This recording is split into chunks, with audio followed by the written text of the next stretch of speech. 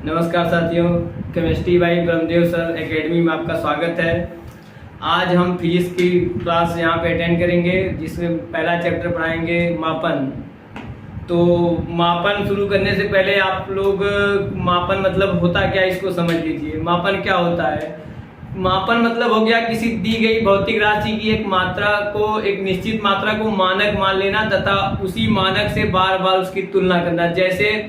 जैसे हम मान लीजिए ले लेते हैं कोई भी पदार्थ ले लेते हैं जिसकी एक मात्रा को मानक मान लेते हैं। मानक मतलब कि इतना को हम ये कहेंगे और उसी की बार बार उससे तुलना करेंगे, तो वो आपका हो जाएगा मापन।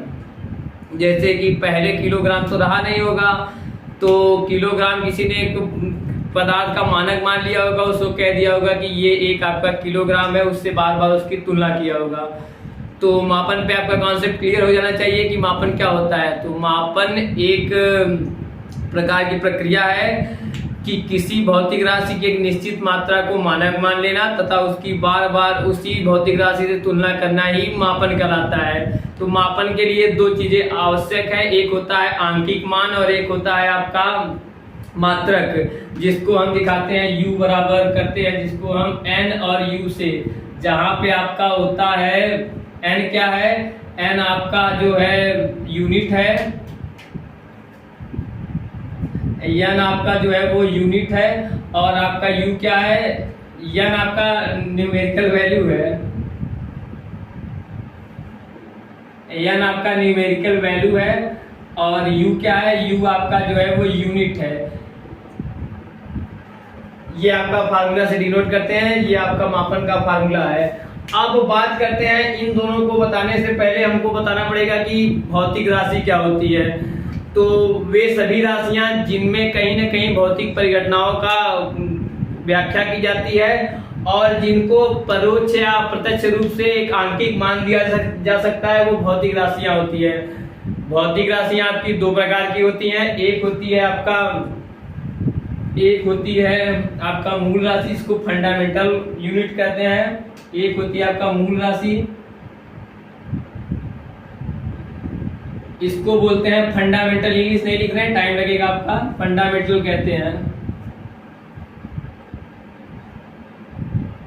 फंडामेंटल क्वांटिटी होती है आपका TITY। मूल राशियां क्या होती हैं? तो वे भौतिक राशियां जो पूर्णतः स्वतंत्र होती हैं, जिनको व्यक्त करने के लिए किसी अन्य भौतिक राशि की जरूरत नहीं पड़ती है, उनको मूल राशियां कहते हैं। इसको समझिए, वे भौतिक राशियां जिनको व्यक्त करने के लिए किसी अन्य भौतिक राशि की आवश्यकता नहीं पड़ती। जैसे द्रव्यमान हमको नापना है तो उसको किलोग्राम में नापेंगे, सेकंड में नहीं नाप सकते हैं। तो द्रव्यमान आपका मूल राशि हो गई। समय को जब हमको नापना हुआ तो समय को हम केवल सेकंड में मापेंगे, न कि हम उसको मीटर में माप सकते हैं। तो ये आपका हो गई मूल राशि।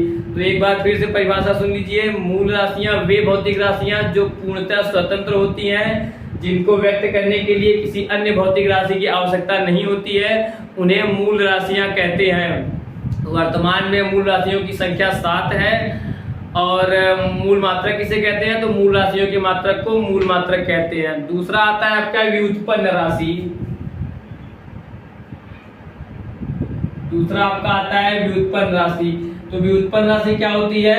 व्युत्पन्न राशि आपका हो जाएगी कि मूल राशियों की सहायता से प्राप्त राशियों को व्युत्पन्न राशि कहते हैं। जैसे लंबाई अगर आपका मूल राशि हो गई, तो हम एक क्षेत्रफल निकालते हैं। क्षेत्रफल बराबर आपका होता है लंबाई गुणे चौड़ाई। लंबाई गुणे चौड़ाई, तो आपका क्षेत्रफल क्या हो गया? क्षेत्रफल आपका हो गया व्युत्पन्न राशि। अब जो है सातों मूल राशियां, हम उनके एक बार नाम आपको लिख देते हैं, उसको आप लोग देख लीजिए। इसके साथ साथ हम उसका बीमा भी बता देंगे, जो आपको अगले चैप्टर में मदद करेगा। ये हो गया आपका मूल राशि।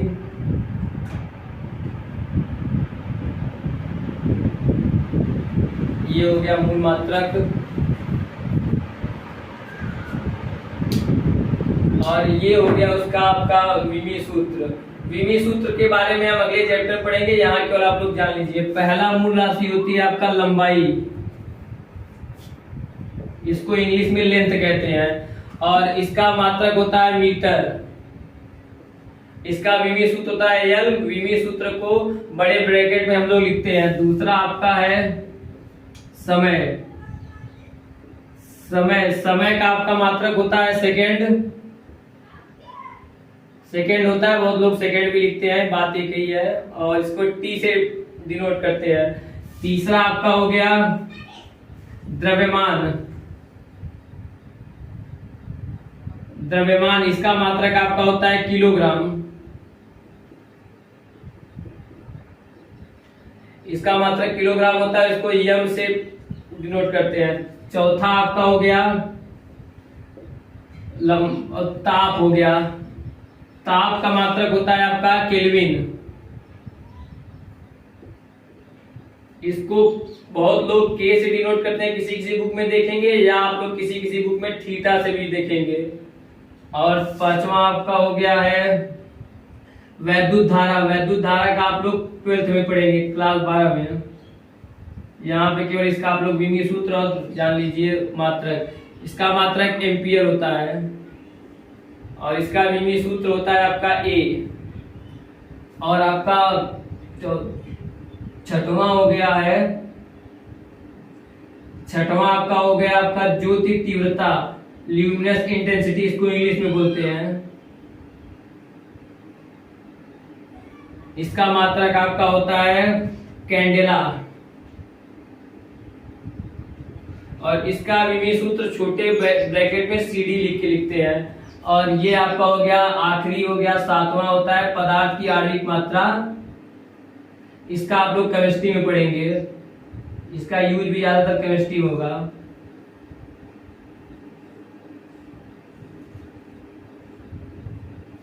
इसका मात्रक आपका मोल होता है, और विमीय सूत्र लिखने के लिए ब्रैकेट में हम MOL लिख देते हैं, बहुत लोग ई भी लिखते हैं कि शॉर्ट फॉर्म लिखा जाता है।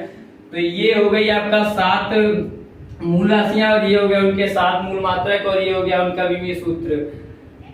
अब बात करते हैं व्युत्पन्न राशि की। तो व्युत्पन्न राशि इन्हीं 7 मूल राशियों की सहायता से प्राप्त की जाती है। जैसे आप कोई ले लीजिए, जैसे आप ले लीजिए द्रव्यमान से ले लेंगे तो आपका घनत्व आ जाएगा। घनत्व बराबर क्या होता है, तो घनत्व बराबर आप लोग जानते हैं क्या होता है, घनत्व बराबर होता है द्रव्यमान बटे आयतन, द्रव्यमान बटे आयतन होता है।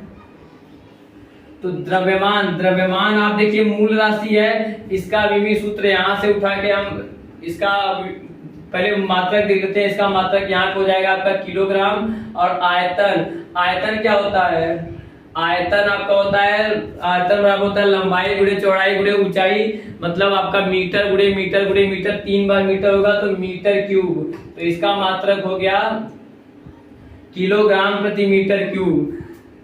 तो मूल राशियां और व्युत्पन्न राशियों को आप लोग समझ गए होंगे। मूल राशियां क्या होती हैं, वे भौतिक राशियां जिनको व्यक्त करने के लिए किसी अन्य भौतिक राशि की आवश्यकता नहीं पड़ती, उसे मूल राशियां कहते हैं। और वे भौतिक राशियां जिनको व्यक्त करने के लिए मूल राशियों की सहायता ली जाती है, उनको कहते हैं व्युत्पन्न राशियां। अब आते हैं हम लोग सिस्टम पे, माप तौल की प्रणाली में।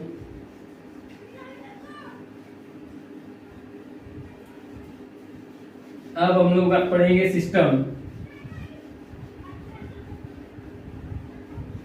तो माप तौल के लिए फिजिक्स में आपको 3 सिस्टम बताया जाएगा, इसमें से किन्हीं एक सिस्टम का ही यूज करके आप सारे मात्रकों को रखेंगे, इससे आपको सवाल लगाने में आसानी होगी। तो पहला है आपका MKS पद्धति, MKS पद्धति, पद्धति को इंग्लिश में सिस्टम बोलते हैं। दूसरा है आपका CGS पद्धति,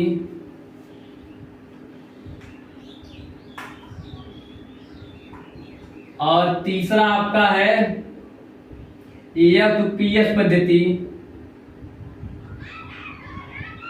तो इनको याद करने के लिए बहुत ज्यादा कोई रॉकेट साइंस नहीं है, आप लोग जैसा लिखा हुआ है नाम वैसे ही याद कर लेंगे। नहीं तो 3 पद्धति लिख दिए, बहुत लोग देख के घबरा जाएंगे कि कैसे याद होगा। देखिए MKS जैसा नाम है वैसे ही परिभाषा बोल देनी है।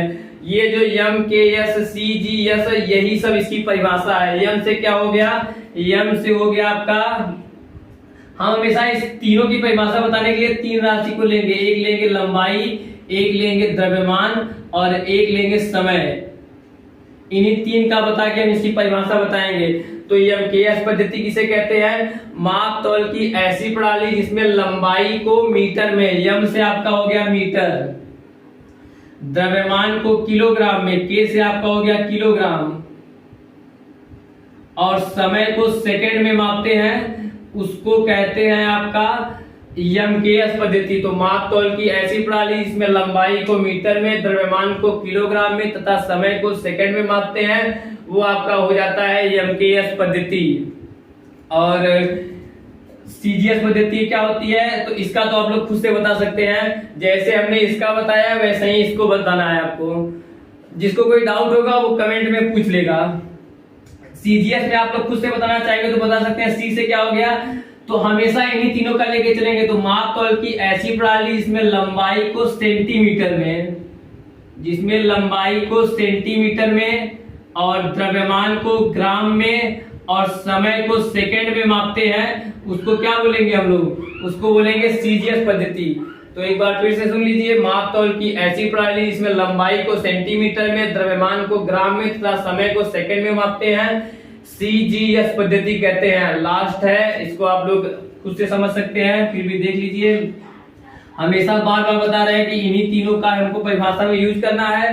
तो माप तौल की ऐसी प्रणाली जिसमें लंबाई को फुट में, फुट जो आप लोग यूज करते हैं, द्रव्यमान को पाउंड में तथा समय को सेकंड में मापते हैं, आपका एफपीएस पद्धति कहलाता है। तो ये तीन पद्धतियां हैं, इनका प्रयोग कहाँ पे है, एप्लीकेशन कहाँ पे है। इनका एप्लीकेशन होगा जब आप लोग न्यूमेरिकल सॉल्व करेंगे। न्यूमेरिकल में क्या होता है कि आपका मात्रक जो है अलग अलग दे दिया जाता है। जैसे वेग को आपको सीजीएस पद्धति में दे देगा, लंबाई को एमकेएस पद्धति में दे देगा, दूरी को और त्वरण को आपको एफपीएस पद्धति में देगा। तो हमको सबसे पहले सबको किसी तीनों में से किसी एक पद्धति में चेंज कर लेना है। चेंज करके तब हम वैल्यू पुट करेंगे, तब हमारा आंसर सही आएगा। इसीलिए आपको ये तीनों पद्धति को समझना जरूरी है और ज्यादा कठिन भी नहीं है। आप लोग आराम से एक बार दिमाग में बैठा लीजिए कि तीन पद्धतियां होती हैं, एमकेएस पद्धति, सीजीएस पद्धति, एफपीएस पद्धति। डिफिनेशन आप लोग आराम से याद कर लेंगे। जैसे जैसे आप बोल रहे हैं वैसे वैसे उसका डिफिनेशन निकल के आ जाता है। तो आज के लिए इतना ही करते हैं। बीमा वाला चैप्टर अगले दिन शुरू करेंगे। धन्यवाद।